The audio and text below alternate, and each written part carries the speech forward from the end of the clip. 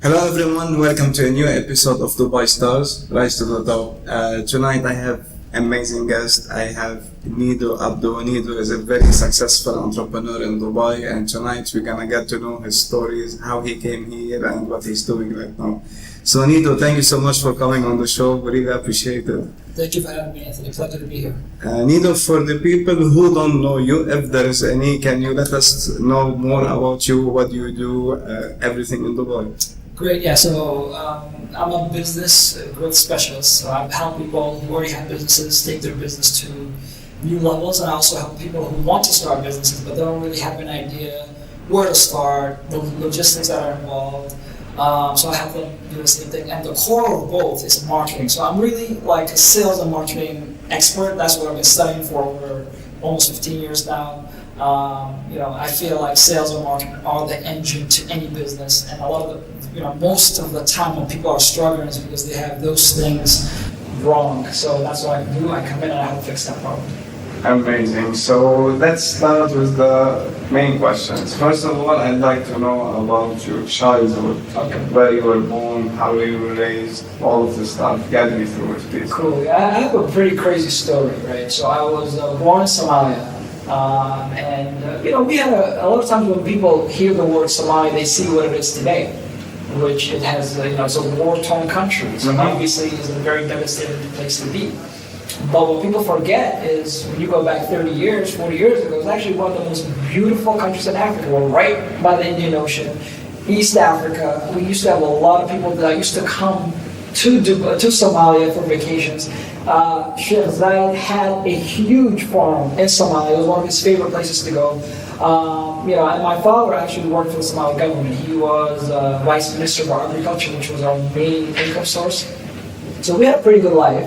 And then one day, obviously, all of a sudden, war started. I remember as a kid, you're playing outside one day, you're having fun with your friends, with your brothers, and the next day your mom is saying, they're coming. We need to pack and run. We need to leave. And the reason she was saying that is because my father worked for the government. And when these warlords took over and overthrew the government that was in place, one of their main objectives was to literally kill everybody who was associated with the government, right? Wow. Which my father was one of the main heads. So what we did is my father, got a small bus. He got all of us in it, and we ran to my grandmother's village, right, which was about a 2-hour drive from the capital. And we stayed there for about a week or so, maybe two. And then when they were coming there, when they were on their way there, we took one of 3 small fishing boats into the Indian Ocean to go to Kenya. Now here's the problem. We were following the North Star, right? It's a fishing boat. It's overcrowded. Everybody's running, when people are running for their lives, you just take as many people as you can, right? And we got lost in the sea. It was supposed to be a 3-day journey, turned into a 10-day journey. And just before we got there, we got hit by a major storm, and 2 of the 3 boats actually capsized, and everybody in them lost their lives. And we're just fortunate to be on the boat that actually made it into Kenya. How old were you? I was about 10 years old. I cannot even imagine or comprehend what you just said. What did you have to go through? Yeah. And how big is your family? You have siblings, brothers? Yeah, so it was me, my mom, so I have 5 brothers, right? And that's not even the crazy thing, because now as a parent, I think about, I was the oldest, I'm 10. My youngest brother was 1. And my mom had to go in that journey with a 1-year-old. And for someone who has their own kids, just to imagine how I must have felt, it must have been crazy. But then we also took, a few female members of our family because we don't want them to live in an environment where women were being killed, raped, tortured. We just kind of ran with whatever we had. And then you reached Kenya, right? Yeah. From there? We snuck into Kenya, yeah. Okay. We just snuck in the middle of the night. We stayed there for about 6 months. And then my father had a few friends who helped arrange some documents for us to get into Egypt, where we lived for 2 years before finally getting, it's called political asylum into the United States back in 1994. And I'm assuming you guys left everything, just turned away? no clothes, no money, nothing, no even papers, just run. And that's the funny thing, or crazy thing, should I say, Anthony, because in Somalia we had a great life. We had multiple homes, multiple cars, you know, very financially very successful. Well, my dad was, you know, but then overnight, you're nothing. You just run for your life. You leave the homes behind, you leave the cars behind. You don't have access to your bank account, right? And you just run for your life. And you have to start everything over again. And that's what is interesting about life, because sometimes, you know, you could be at the top and you can wake up one day, it's all gone, it's all taken away. So it was very, you know, interesting experience to go through. So tell me about your father, like how did he adapt to the situation by having it all and suddenly he's responsible of 7 people and having nothing. So how did he overcome it? Was he like making you guys feeling like everything is fine and he was taking all of the stress, or it was showing on him? Anthony, this experience taught me probably what I consider to be the most important lesson in my life, right? And we were taking 10 because we took 3 female cousins with us. You know, 7, even though 7 is a lot as well, but yeah. So when we were younger, I used to experience how my father treated people. We'd have people come to our house. You know, like in Somalia, it's like we have like this villa, and then next to us is a guy who has nothing, right? It's like a creek. It's not like in Dubai where like Jumeirah or you know what I mean. So I just kind of found that to be a bit interesting. But so people used to just come to us for helping hand, and I remember my father used to be kind to everybody. Like super kind. I remember like random strangers would come to our house for lunch. Like, who's this guy? I don't know. Whatever. They're hungry. Money. Whatever it might be. So, right? So then, when the war happened, and we left everything behind, guess what happened? So many people that my father was very kind to. Right? People from, you know, Rome. Like I remember a guy, my father told me the story of a guy who just gave him a consultancy job and gave him $30,000 just because of the relationship he developed with my father when he was in Somalia and how my father treated him, right?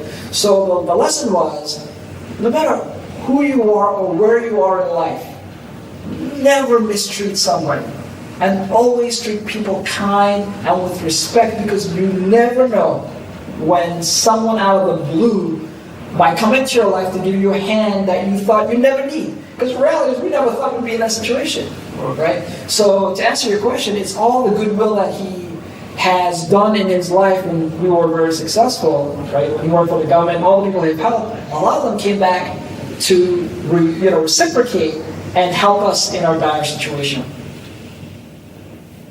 I don't know what to say, that's really amazing.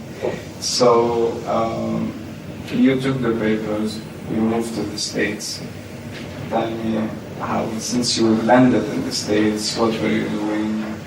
Joining school, like getting new friends, adapting, getting the language. Tell me about all of this. Yeah, so I actually remember the first day I went to the States, February 23rd, 1994, which I believe now is the 4th worst winter in the history of America. And I remember going there, you know, when you're in other countries and you see postcards and you see people in the snow and they're dancing and they're drinking Coke and you think it must be like heaven. But that shit was fucking cold. I'm like, what is this? You know, you go from Africa where it's hot every single day. I mean, you know, you get a little cold here and there, but nothing compared to when we came. And I'm like, Mom, like, you know, come here, like, when I go back. Yeah, I'm like, listen, why not Florida? Why Boston? Yeah. You know? You're like, it was like, you guys crazy? So I'm like, you know, so, you know, that was just the beginning, but making friends was a bit hard. You know, you're coming from a different culture, different background, you dress differently. I remember I got picked on almost every single day in school. I got into a fight literally every single week. And one reason is because, I don't know if it's a Somali side of me, but, you know, a lot of times when people bully me, like, I'd fight back. You know, like I'm one of those guys that like, okay, you might be bigger, I might be afraid of you, but you're not going to see that, right? So I've always had that fierce personality as a kid, even though, a lot of times I'm like, I just want to be your friend, man. Like, I went through shit in life. I just want to play soccer. Yeah, but then one day, here's what happened. I brought a soccer ball to school, right? And this was 1994. I don't know if you know, 1994 World Cup in America, right? So we had like this football fever going on, and I brought a soccer ball, and then there was this kid, Edgardo Alvarez, who, like, I swear to you, a couple of days before we're supposed to fight, now I bring a soccer ball, he brings his goalie gloves, and we're like best friends, right? So all of a sudden, all these people came, and I started making friends through football, and that's why I absolutely love football, because it really helped me heal in a lot of ways, right? It's not just in sport. Even when I was in Egypt, and you try to forget the experience you've gone through, football was like the thing I always leaned on. So that's how I started to develop friends. So most of my friends, even till today, even the friends that I have here, most of them are because I started playing football with them. Football, soccer, as we call it in America, right? Back when we were in the States. So yeah, that's how I really started to expand my network. Got into university, graduated. Yeah. When did you get married? Oh man, so it's like, in my mind, I thought I was always going to be a soccer player. Like, by the time you're 21, 23, you're playing. What was your favorite soccer player? Growing up, I had Roberto Baggio. Was always my number one guy, because I was a huge. But even when I was in Egypt, I used to listen to him on the radio in Italian. So I'd wait for words like rete, which meant goal, Roberto Baggio, which means who scored, and Juventus. Yeah. So as long as I heard those three things, in sequence, I knew that my team was winning. I liked Marco van Basten, and I also liked the Brazilian Ronaldo. Right, so those are like my main guys, because that's the era that I grew up with. Today there's the Ronaldos and the Messi, and a lot of the guys, that are all top players. But my era, those are my top guys. But growing up, that's why I wanted to play for Juventus, because of Baggio, right? So that was my dream. And then when I realized that didn't happen, it was a tough moment, because I'm like, shit, man, there was no plan B. This is all you had, and it didn't work out. So the first thing I did was to analyze, why didn't it work out?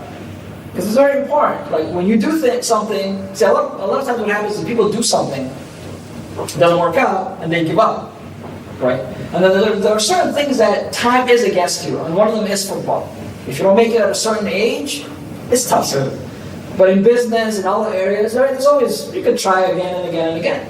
In sales, you fail, you try again and again and again. So the reason I realized I failed is because a lot of people doubted me. A lot of people would say things like, there are millions of kids who try to make it. What makes you feel like you'll get it? And then you try to ignore it, but when you wake up and it's 6 a.m. and everything is quiet, the whole world is silent, that shit keeps repeating in your head. That's what you remember. That's what you remember. Like, yeah, maybe they're right. Maybe I might not make it. Maybe I'm not good enough, right? And little by little, I started to lose my belief.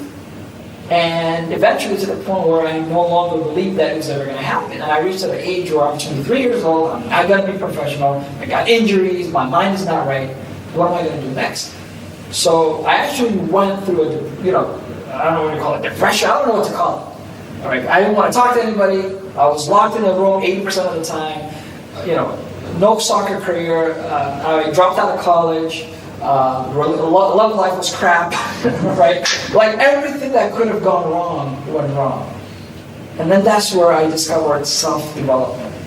And I started to work with Nido. So the problem a lot of times is like, we want things, we do things, we go through life in this big roller coaster, but we never take a break to work on ourselves. If you reach the dark thoughts, did you reach that? For me, I was like, is this what life is all about? Like, what is this? What is this? Like, there must be something. There must be something else. Like, I can't be waking up to heartaches, to feeling like shit, to feeling like a loser in front of my friends, in front of my family, to people just constantly looking down on me. I'm like, there's gotta be more to this. Especially in your case, you're the eldest. I'm You the should be eldest. the role model of all of your brothers. Right, exactly. And coming from a traditional African background, like, everything's your fault. You fail, your brothers fail, it's your fault, right? So for me, I had to find a solution, right? Because after a certain point, I'm like, look, it's either I choose this path and feel sorry for myself for the rest of my life, and that's not going to get me anywhere, or I actually try to understand myself, work on myself, and once I'm fixed, I can pursue my next journey from a much better place. So I started to go to Barnes & Nobles. And I stayed there for hours and hours. And Barnes & Nobles is a bookstore in the States, right? And why did I stay there for hours? I swear to you, I didn't have $10 to buy the book. So I'd rather just stay there, read it, when I'm done, put it back on the shelf, and leave. And then one day I pick up a book by Tony Robbins. And I randomly open it up to a page. And then I'm paraphrasing, but it says something to the extent of, look, you can be the greatest human being on earth, and people can screw you. You can be the best husband in the world, and your wife can break your heart.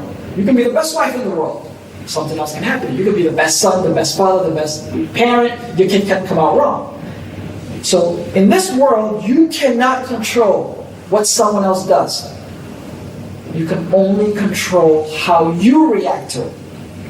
So I'm like, wow. It's triggered your mind. It just triggered. I'm like, okay. Because usually it's like if XYZ person feels a certain way about you, then you must feel sad. If so-and-so said something to you, you must be angry, or you must... The truth is, no. Like, one of the examples the guy gave was, in some countries when people die, they celebrate. In some countries they mourn. Right? So all these experiences we go through, it's all about the meaning we give it to. So I was like, okay, I didn't make it to soccer, but there's like 5 billion other things I can do. Okay, a girl didn't like me, but there's like 3.7 billion other girls. I know one of them is stupid enough to like me, right? There's got to be another one there. That's not lucky enough. Right. I'm like, my parents don't think I'm as successful as I should be, but for God's sake, I'm like 23, right? So then I started to just kind of take a time out, take a breather, and it was honestly the most liberating experience of my life. It just felt like the entire world was off my shoulders, and I just felt so empowered that I finally took back control of my life because I took back control of my thoughts. And from there, it led me to entrepreneurship. It led me to reading more books. I just felt independent. You start loving yourself. I started loving And you myself. want the best for yourself. Yeah. Without no plan, but at least you know like you're ready for anything. I just was able to clearly see the bullshit that the world likes to trickle on you, right? And a lot of times we don't, it just clouds us, and we don't see beyond that. I must be a failure because my parents think I'm a failure. I must be a failure because my friends don't want to hang out with me. Oh, my husband thinks I'm fat. Fuck that. Like, you dictate how you want your life to be, right? If God wanted other people to dictate, He'd put leashes on us, right? He'd make sure, all right, Nido, you're going to go where He wants to take you because that's why you got a leash attached. No, you're free. But the thing is, you're not free till you realize how to control your thoughts. And that was the first step for me to take it back in my life. And then from there, like I said, I just wanted to do. And I failed in a lot of stuff. But then all of a sudden, I'm like, okay, I'll just try again. Like, it's just like liberating. It's just like you're just living life. Whatever happens, happens. Like, I don't like negative people. I don't like negative thoughts. I don't like, feeling sorry about for mistakes. You just live in a reality-based life. Shit happens, right? Get over it. So yeah, it was very liberating for me, and and it just kind of freed me from all the burden that I was feeling at the time. So, did you have any friends who were supportive, who were guiding you on the right way, or you just had to figure out your passion, as you say, by yourself? How was it? Were you surrounded by the right people, or? Yeah. So here's the problem with me, Anthony. I'm the kind of guy who doesn't talk about their problems to people. but I'm the kind of guy who's always there for other people's problems, right? So I've always, like, you talk to anybody of my friends, like, you know, whether they're going through relationship problems, financial problems, health problems, whatever, mind problem, mindset limitations, I'm the guy who's always there for them, because you know, as I was just saying, I went through a lot of those things, so I can relate to them to a certain level. So I'm the guy who's always there for his friends. If they're going through challenges, if they're going through money problems, relationship problems, life problems, mindset problems, I'm always there for them. But for some reason, I've never felt comfortable enough to reach out to somebody and talk about my problems. It was just like... Maybe you were the rock that everyone will lean on, and it felt weird for you to show what you think is a weakness. It could be, yeah. I'm also a bit introverted. Like a lot of people, I am an extroverted person. Like if you know me, I'm the guy who's always trying to make people laugh and talk and blah, blah, blah, right? But when it comes to certain issues, I'm not very comfortable talking to people about my problems. Just like as you said, like I'm used to listening to people's problems. So I actually had to go, you know, even today when I told, like, you know, like Anas, for example, like, you know, he's been my best friend for 20 years, he's like, what? I didn't even know that you were going through that stuff, right? He's like, I wouldn't even know that, well, you know, he wouldn't even have guessed that because I never showed any of that stuff. So, not really, like, I never really talked to people, but it made me feel good that I knew there were people there for me. I knew people cared for me, I knew people loved me, I knew I had a lot of good friends around me. So that did give me some support, but just I never directly went to them for help. Let's talk about love. How was it? How did you fall in love?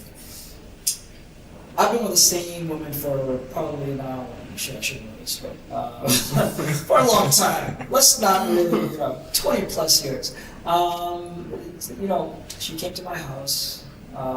And you know, we were young. I was maybe 16, 17. She was 14, I believe, maybe 15. And then it was really true. Like, I'm like, all right, like, till then, I always had a lot of girlfriends, but not like girlfriend, like girl friends. Yeah. Right? Like, not dating. Like, you know, women love a guy who listens. And I've always been a guy who listens. I've always been a very good listener. Yeah. Right? So women would be like talking to me about their guy friend problems, stuff like that.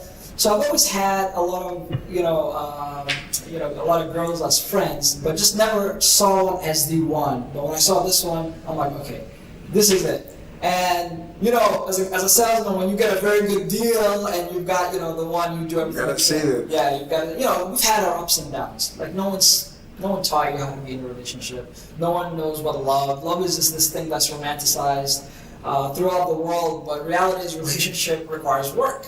There are bad days, just like everything else. There are going to be days where you don't want to see each other. But the thing is, as long as you respect each other, as long as you appreciate the other person. And one question that someone told me a long time ago that always stuck with me is like, look, it's like a horrible question to ask, but it's the truth. If you're ever stuck to a bed and you can't do anything, God forbid, is this a person that would be by your side? Or would they be on the first one-way ticket out, right?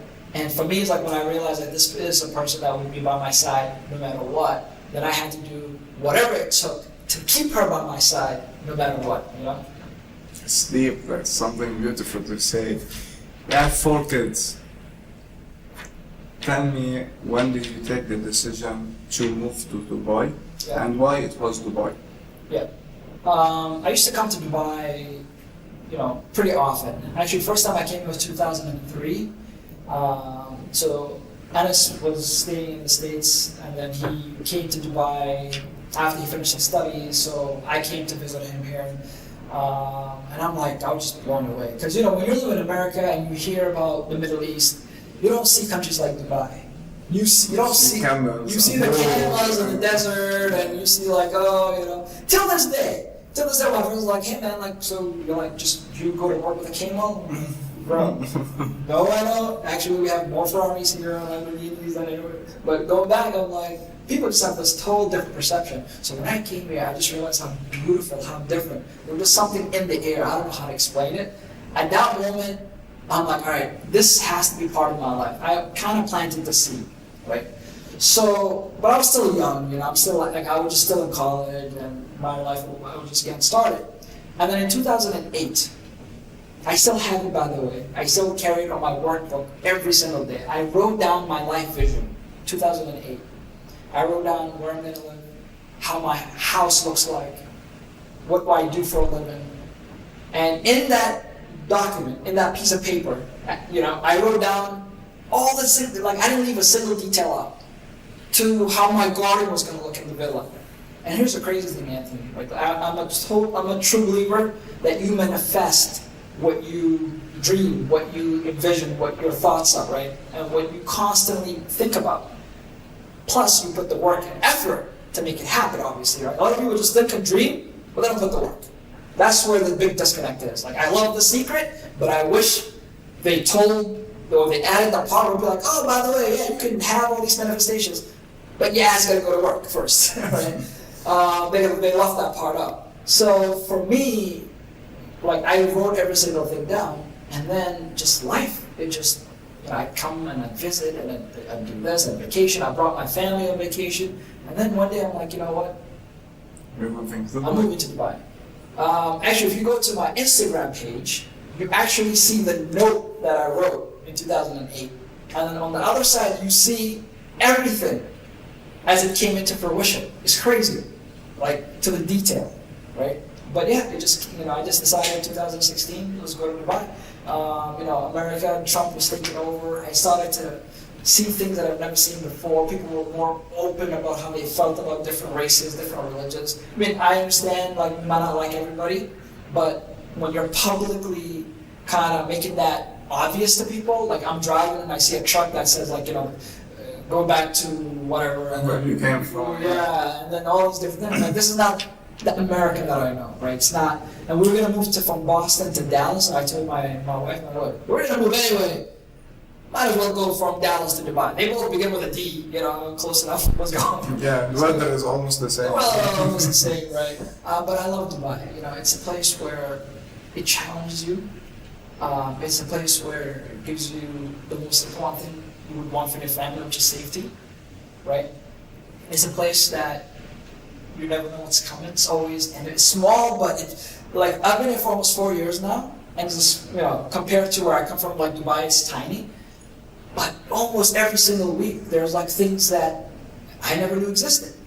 A place that never knew existed, right? So it's just fascinating that every single time that you just feel like, it's exciting, there's always development, and it just keeps you on your toes. So yeah. It shapes your mind, it shapes your body, it forces you to be the best version of yourself. Absolutely. To keep up with the guys in the city. Yeah. How did you get to the business development? Like, where did you feel like this is my passion, or I want to let other people grow? Like, no one gave it to me, I had to work on myself, and now I want to be a business development coach, even a life coach. Yeah. So, how did all of this started? Yeah, so I told you before, I started to read. And then every single time I'd go to work, I'd have a book with me, right? Eventually, I was able to buy the books. Yeah. I was working at a hotel front desk. I had actually 3 jobs, right? So I would do valet, and then I'd work at a hotel, and then I'd do a front desk at a health club. So one day, I'm leaving work, and then a girl says to me, listen, a colleague, right? She's like, you're always working. I mean, you're always reading these books about marketing and sales, right? Why not just, get a job? Actually, the reason I was reading marketing and sales, Anthony, actually, the valet wasn't a hotel, so it was the same job. The other job that I had was I was a door-to-door Kirby vacuum salesman, right? So one was weekends, one was nights, one was during the day. So when I was selling door-to-door, it's commission only. That was the main game because that was a day job. And if I don't, it's like a hunter going into the jungle to hunt. You either come back with a kill so your family can eat, or you come back defeated. And one too many times, I came back defeated. So then I'm like, I gotta learn how to sell. I gotta learn about persuasion and verbal skills and all these things that no one has ever taught me. So I started doing that. Then one day the girl said, so I've been doing this for a while, I'm getting better, I love it, I enjoy it. And then the girl says, why don't you look at Craigslist? Craigslist, find a different job. Like, go and do something with sales. Why are you sitting at the front desk checking people into the health club? I'm like, all right, whatever. So I remember like yesterday, November 4th, 2006. I'm at home. I'm married and live with my parents. And I know in Dubai, it's normal and desirable. Sometimes usually a family would have a massive house, and then when you're married, traditionally you might live there. In America, it just means I didn't have money to live on my own. It's a different thing. It's not a cultural thing. I was just broke. Actually, I got evicted from my place after 6 months. So I'm living. So I remember it was like midnight, and then as I'm thinking, I'm like, Craigslist. I've never heard of Craigslist till that girl told me that day. I go on Craigslist. Now, Craigslist used to be, they just started, right? So it used to be a free, for those of you who don't know, Craigslist is like Dubism. You can post classifieds, all these different things. So I went to the job section. There was only one job. Why? Because Craigslist used to be free. Now it was $25 to post. And a lot of people were like, screw that, we're not going to post. So this guy posted. And the ad said, if you have studied Dave Kennedy, Jay Abraham, Gary Bencivenga, Ted Nicholas, I still remember it, I still have that. This might be the best job you might have had. So the only thing was I had to sell myself. It wasn't like just send me your CV. Sell me on why I should even interview you. Oh man, I poured my heart into the sales message that I put to this guy. It was one of the best presentations I've ever done. He loved it. He's like, Nido, I'm going on a trip to London this week. I'm going to come to the office. So long story short, this was a multi-millionaire who built a successful business. And because of the passion that he saw, I was honest. I'm like, I don't have a CV that's going to impress you. I don't have, a lot of wins behind me. But if you give me a chance, and I'm willing to work for you for 6 weeks for free. Just give me a chance, and this will be the best decision you've ever made in your life. So he felt the hunger. He felt it. He was like, he felt it. He knew that you're gonna make it no matter Exactly, right? And I was willing to put it all online. I'm like I'm willing to come in and show you. Don't give me shit. Just give me the chance. And I swear to you, I'd look at every single week. I'm like, week 1, week 2. So when week 6 came, I'm like, I'm not gonna say anything. I'm just gonna wait. But the mentorship that I got from him, and the access he gave me, and the knowledge I've gained, was just something you can't get anywhere else. Like, we're working at his house. I mean, we had an office. A lot of times I was at the office, but most of the time I'd be at his house, and he'd show me what he's done, and he'd throw work at me. And then we had one of the best consultants in America, Dave Kennedy. I'd be correlated with him on the projects that needs to get done. So the first major project that we worked together, it was life-changing, okay? Because here's what happened. We completed the project. There was a massive campaign. Once the project was done, it was a 3-day event. We did everything. I did the campaign, right? I was his right-hand man, so like 80% of the work was on me. When it was done, he came and gave me $200 cash. Now, I was making $729 after taxes. So you get $200 on a weekend, you go home and you tell your wife, steak dinner tonight, baby, because my boss gave me $200, the best guy in the world, I love him, he's the man, blah, blah, blah. A couple of weeks later, me and him are at the airport. We're flying to Cleveland to meet our consultant to talk about the project that we just completed, get his feedback, what we can do better, etc. He says to me, Nido, I'm going to tell you something. Don't tell this to anybody else. I'm like, all right, what you got? So as we're having dinner at the airport, he says, you know the project we just finished? He's like, yeah. We generated $2.2 million. And we netted $870,000. So 2 things happened in my mind. Number 1 was like, and you asshole, you only gave me $200. But then the second was like, wow, like, look at what's possible. $2.2 million in a few days where people work a lifetime for this kind of money. Even though it was, I mean, sure, net it was $870,000, but after the marketing expenses and we had a few joint venture partners, but still, $870,000. So my mind just was like, okay, there's a different world out there. Like, you know, $50,000 a year or $60,000, like the way you were brought up in school and all that stuff, that is not gonna, you know, cut it out for me. And from there on, you know, I learned a lot from him, and then eventually I went on to start my own business, basically helping people implement what I've learned from him. And we were in a lot of masterminds and seeing a lot of other businesses, seeing the insides, what's happened. Got to work and network and be friends with some very smart people, from Jeff Hoffman, billionaire co-founder of Priceline.com, to Nolan Bushnell, Steve Jobs' first boss, who also founded Atari. Just to, and I'm the kind of guy that, like, if I want to learn something, I'm going to lock you in a cage, and I'm going to download everything you've got out of your system into my brain. Why? Because I believe that the answers are out there, right? Anything you're looking for in this world. Like, if I want to be a really good real estate monster in Dubai, I'd study you. I want to try to reinvent this shit.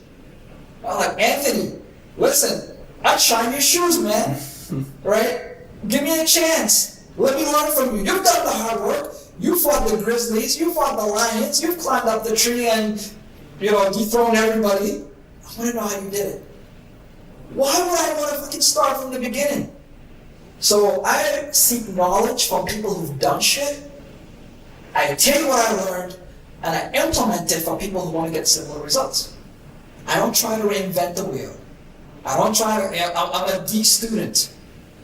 Go to my grades in college and high school, right? I'm not a good student. I don't like to do that crap. I like to study people that come with results so that I can take what's working, improve it, tweak it, put my twist on it where it needs to be. Of course, put your own character into it and then present it the other way. Everything in the world right now,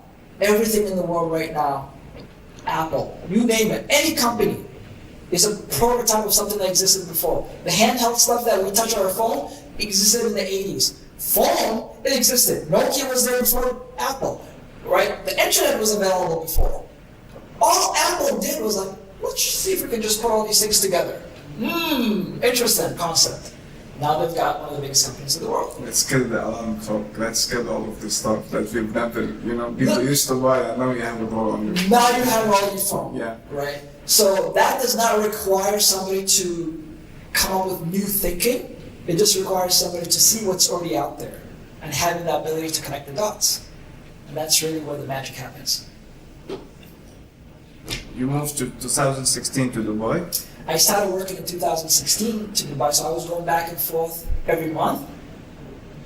2017, March of 2017 when we moved to Dubai. And what was the first job in here? What was the first job, or what was the first thing you got yourself into Dubai? Yeah, I was a consultant for one of the biggest events companies, probably the biggest in the region, Index. So I did events from the demo field to Derma, it's ADEC, I'm not sure if you've heard of it, ADEC, Dubai Derma, some of the biggest events in the region. They were the organizers. So when you came in Dubai, did you find any difficulty adapting to the mindset of people in here, or how they approach business? Because it's not the same in the States at all. Yeah, naturally, right? It's a different culture. It's a bit slower than we're used to. I'm like a fast guy, like, hey man, like, we had a meeting 3 days ago, where's the... Like, no, relax, Habibi, Inshallah, come next year. So I have to learn how to, again, every culture, every place has their way of doing business, right?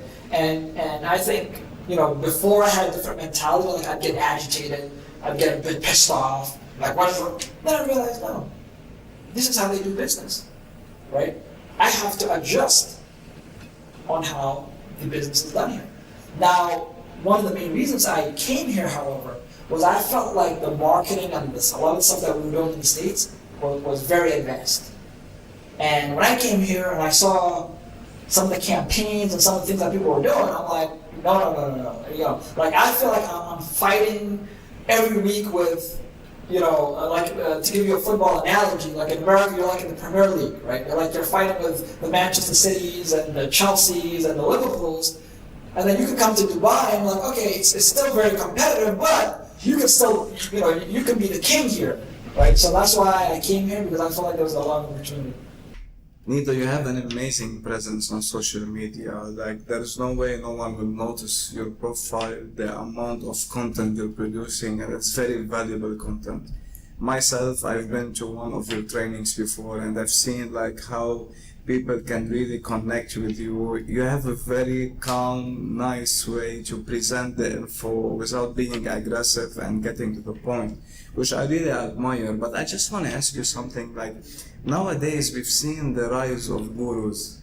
Like, everyone is a coach. Everyone will tell you I'm a business coach, even though they've never owned a business. People tell you I'm a life coach, even though they're miserable. How do you distinguish yourself from these people? Like, how people can know that no, Nido is different. Actually, he's been into tons of businesses. He does the tons of mistakes, and he's saving me the time. Yes. This is a very good question, because one of the things I always say is that there are no regulations in the coaching industry. You can wake up tomorrow, if you have no idea what you want to do with your life, become any kind of coach, especially a life coach, which can be a bit sensitive. See, for me, as a business coach, as a business consultant, 80 to 90% of the time is business consulting, but sometimes when a business is broken, it comes down to the person's life, right? Maybe they're going through a rough time. Maybe there's a mindset limitation. Maybe there's a relationship problem. So that is where I intervene a little bit to see how that might be affecting the business.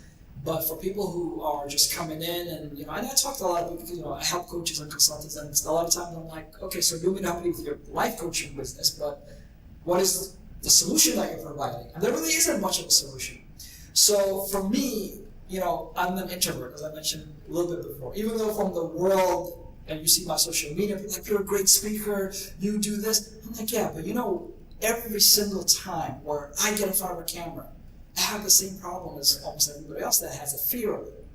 But for me, I'm like, I always want to be valued. I know that as someone, when I opened up that book, and I read that one paragraph that changed my life forever, there might be one sentence, one word. So I always try to be the most valuable person in any circle that I am.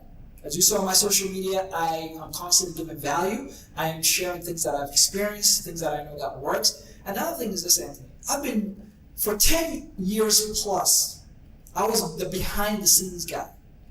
So I would be working with the expert, with the business, behind the scenes, creating all the campaigns, just like the example I gave you earlier. We did $2.2 million, and I'm doing most of the legwork in the background. That's been the guy, right? I have a friend in the UK, and this is where things started to change for me, and it also kind of helps answer your question. So around 2015, he gave me a decent chunk of money, flew me to London. I helped him with a project. Then a year later, he comes to Dubai. We're having coffee at the Dusit Thani. He's like, Nido, I'm going to tell you something, but I'm not going to give you more money. It was actually me, him, my brother, another two friends. One of them kept talking about crypto. I wish I listened then, but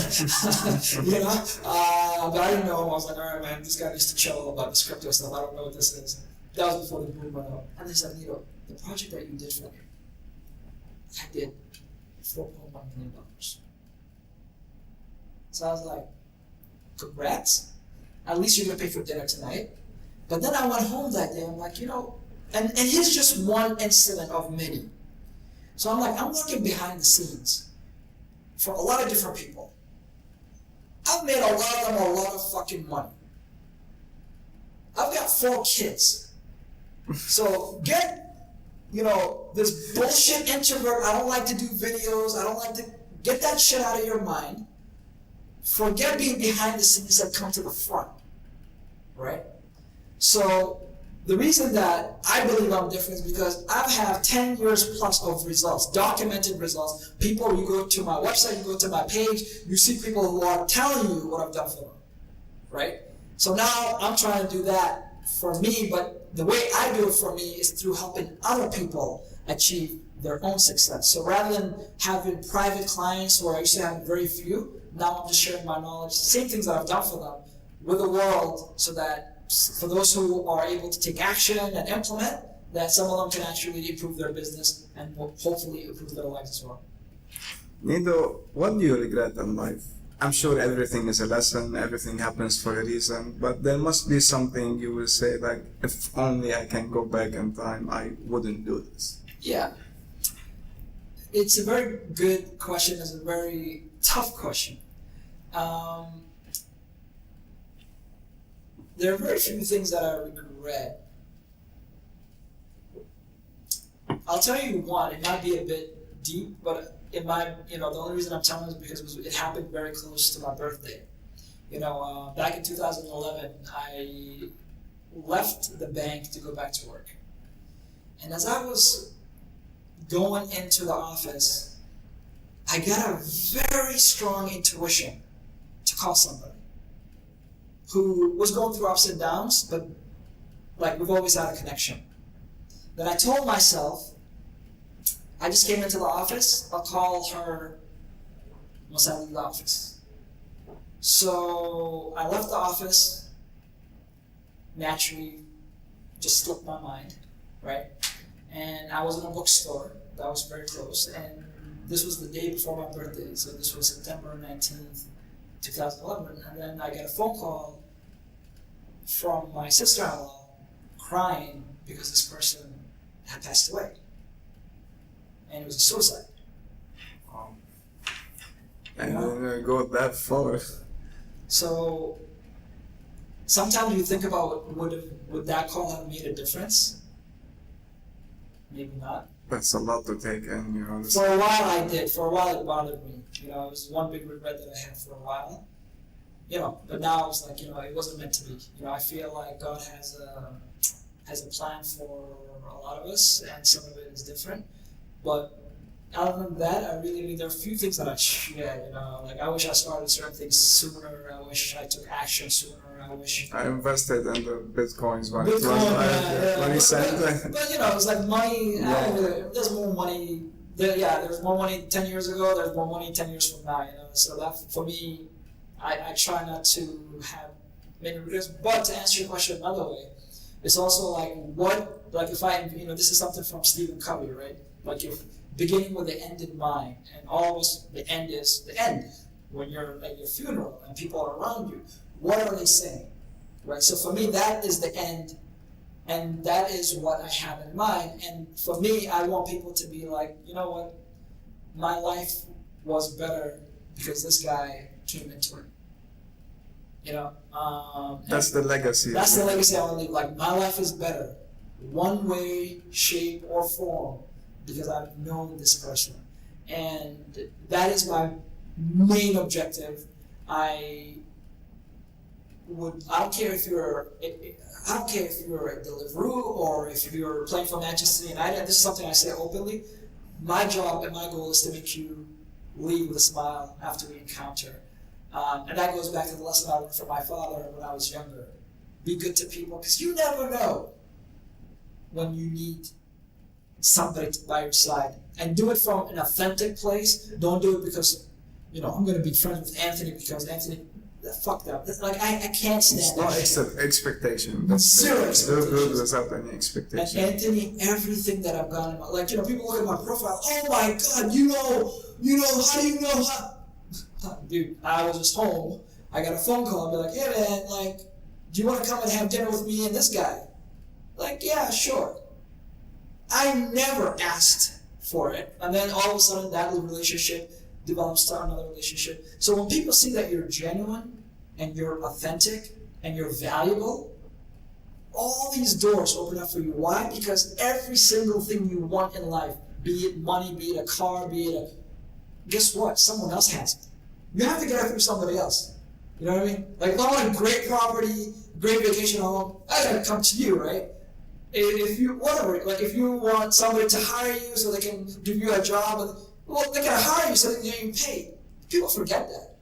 So the answer to every problem, the answer to life is be good to people, and that's how I like to live. Nido, you're a very tough person, very stubborn person, and very kind person. You have all of this in you. Just want to know, like, who influenced you in your life? Like, who was the most influential person, whether it's family or even someone you've seen on TV or a book that you read? What was that most influence in your life?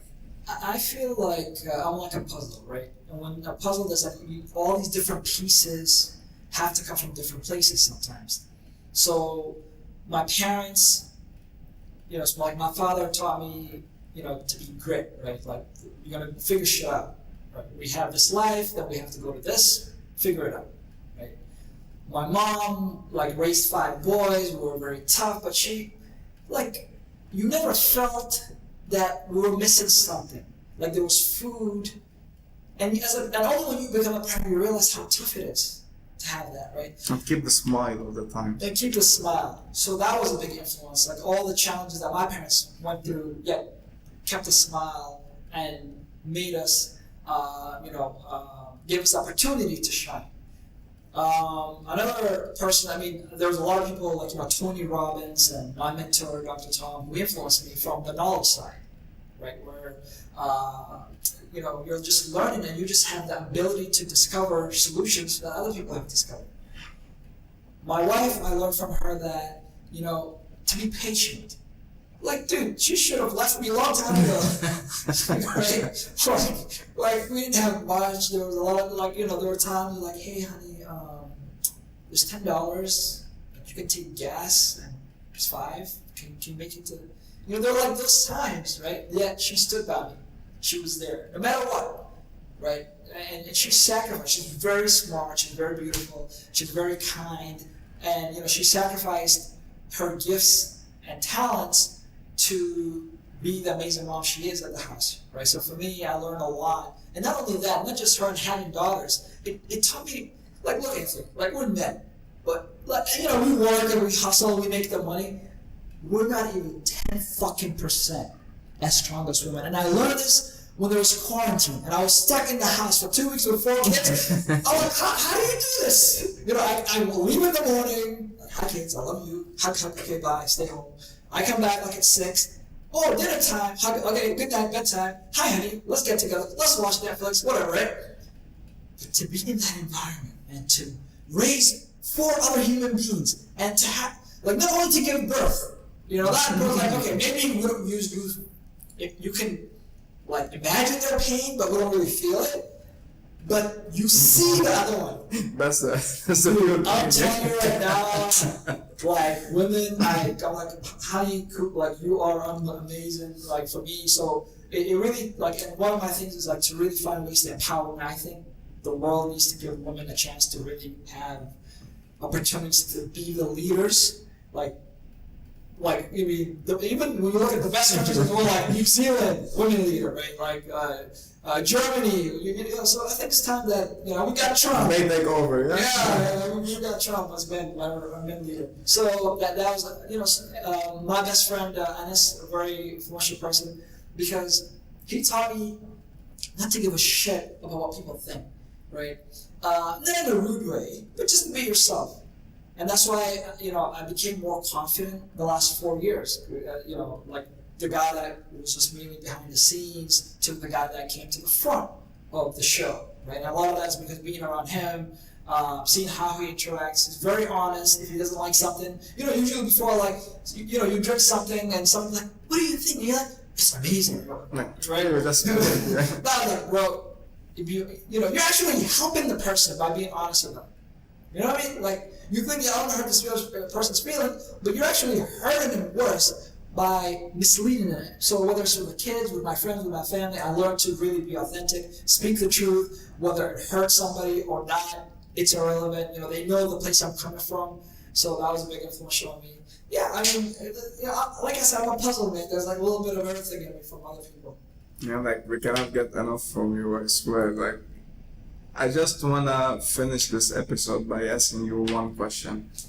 What did you learn most during lockdown, during Corona, when all of this pandemic started, out of nowhere? We had to be locked at home and no one knew what's gonna happen. So what was the best lessons that you learned from this period?